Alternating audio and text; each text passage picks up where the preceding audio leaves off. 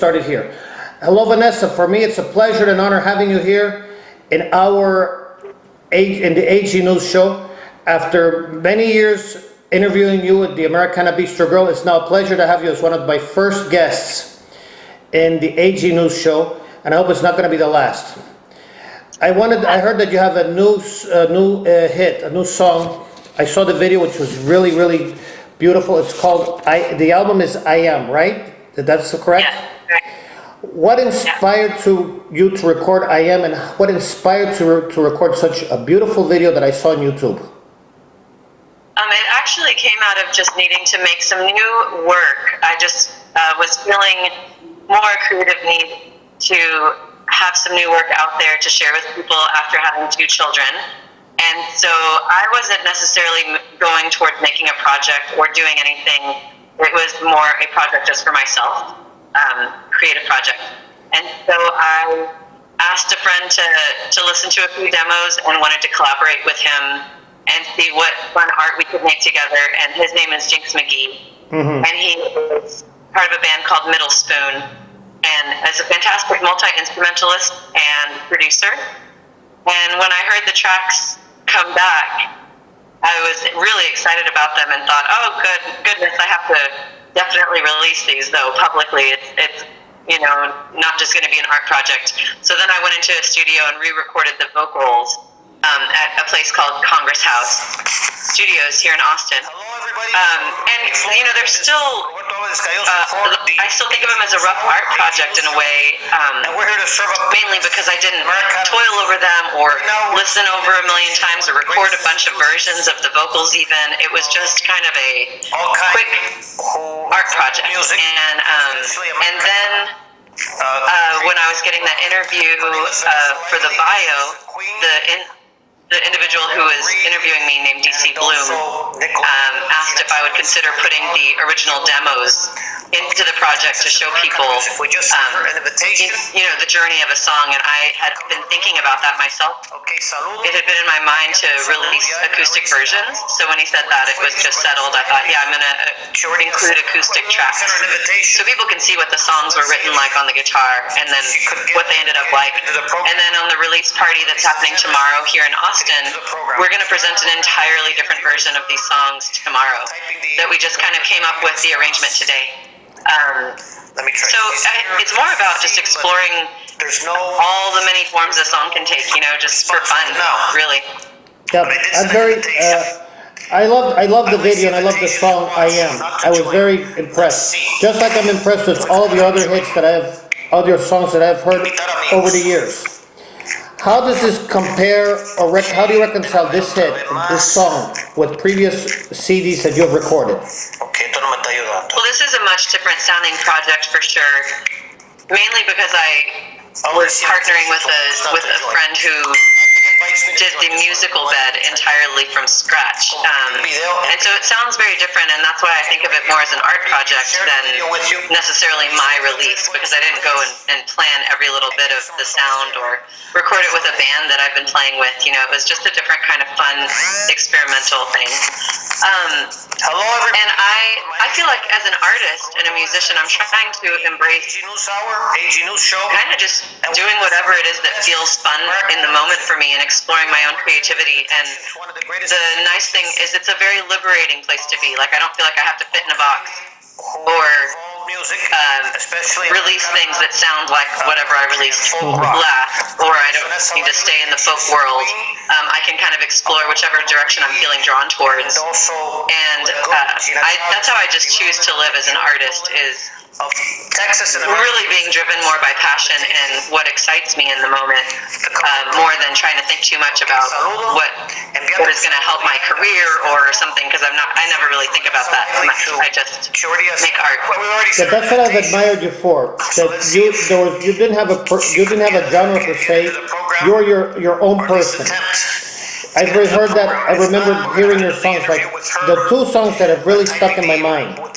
The song Alleluia, which for me was also symbolic of the fact that Vanessa Lively is Vanessa Lively and not trying to entertain another person. And I also like your version of Los Hermanos by Atahualpa Yupanqui. I remember hearing it, I still hear it a lot. I've heard other versions, and your version of Los Hermanos is a version, let's say that it evokes tranquility. I was in Ecuador a few months ago. My wife has her family in Ecuador, and I have friends there. And every time I was in Quito, and I would go to the countryside of Quito, and I would hear Los Hermanos, and I was thinking of your interpretation. In fact, your CD, when would be to Ecuador?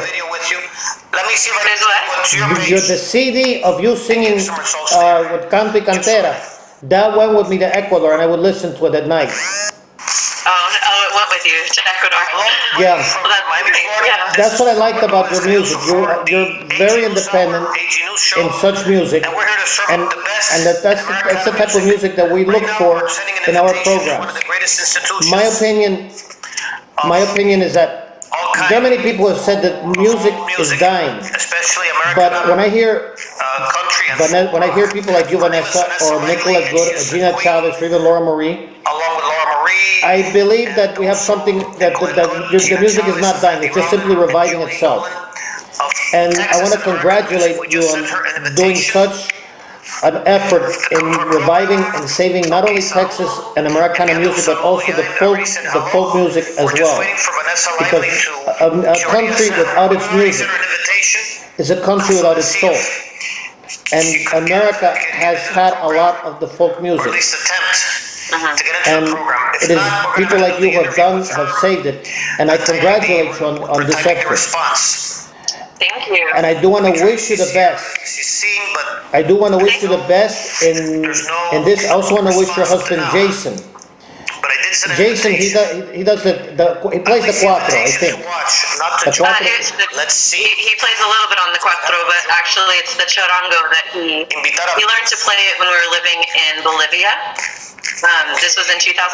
He studied under Alejandro Camera, who's like the top charanguista of Bolivia, which was quite an opportunity. Yeah, Alejandro Cabrera, I heard him in the Medio Público de Ecuador.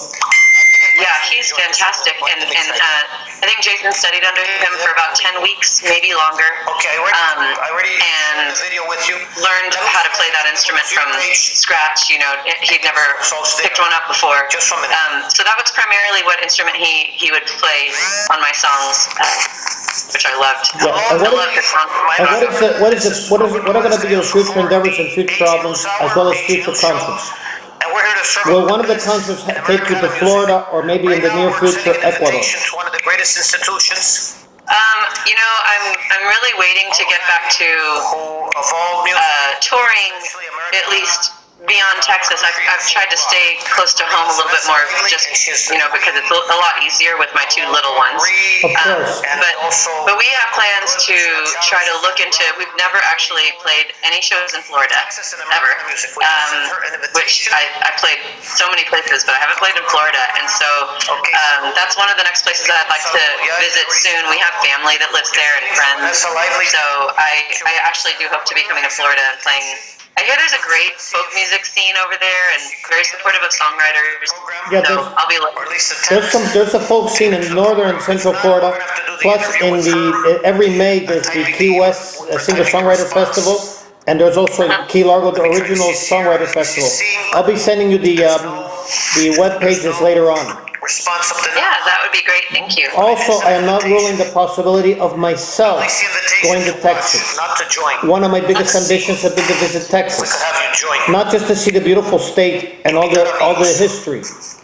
I want to take my wife Marilia with me.